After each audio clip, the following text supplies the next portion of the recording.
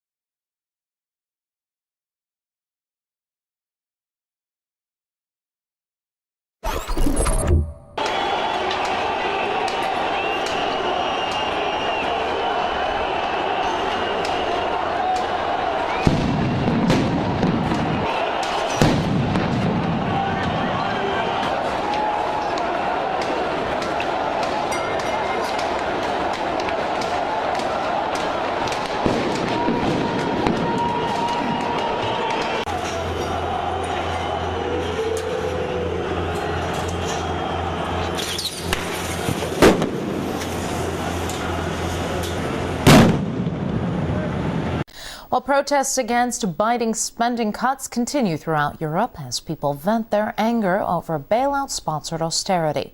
Mass demonstrations in Madrid turned to violence earlier this week as police were forced to fire rubber bullets to calm the fury of the public. There have been dozens of injuries and arrests. RT's Jacob Greaves has been following developments.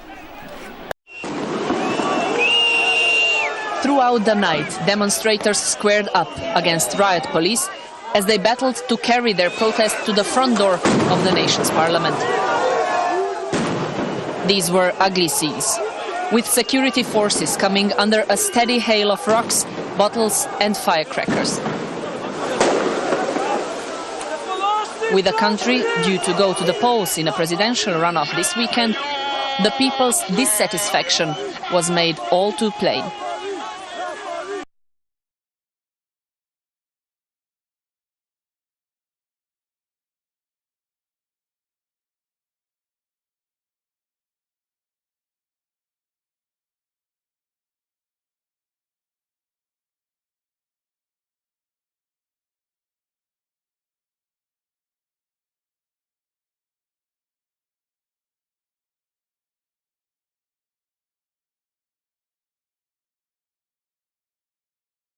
President Bashar al-Assad of Syria, thank you very much for talking to RT today. You're most welcome in Damascus.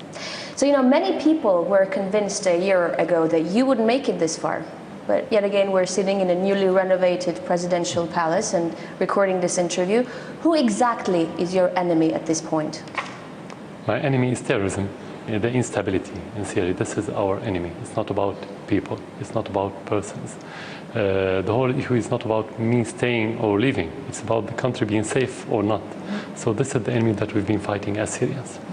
I've been here for the last 2 days and I had a chance to talk to a couple of people from Damascus. Some of them say that whether you stay or go doesn't really matter at this point anymore. What do you say to that? I think for the president to stay or to leave is a popular issue. It's not personal issue. And the only way to define this term precisely through the ballot boxes.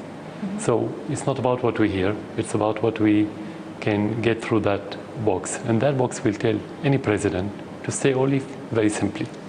I think what they meant was that at this point, you are not the target anymore, Syria is. I wasn't the target, I wasn't the problem anyway. The West always created enemies. It was the communism, then it became the Islam, then it became Saddam Hussein for different reasons. And now they wanted to create a new enemy, Bashar. So they said the problem is the president, so he has to leave. That's why we have to focus on the real problem, not to waste our time listening to what they say. But do you even have a choice? Because from what it seems from the outside, even if you wanted to go, you wouldn't have anywhere to go. Exactly. Where would you go if you wanted to leave? To Syria. I would go from Syria to Syria. This is the only place where we can live. I'm not puppet. I wasn't made by the West to go to the West or to any other country. I'm Syrian. I'm made in Syria, and I have to live in Syria and die in Syria.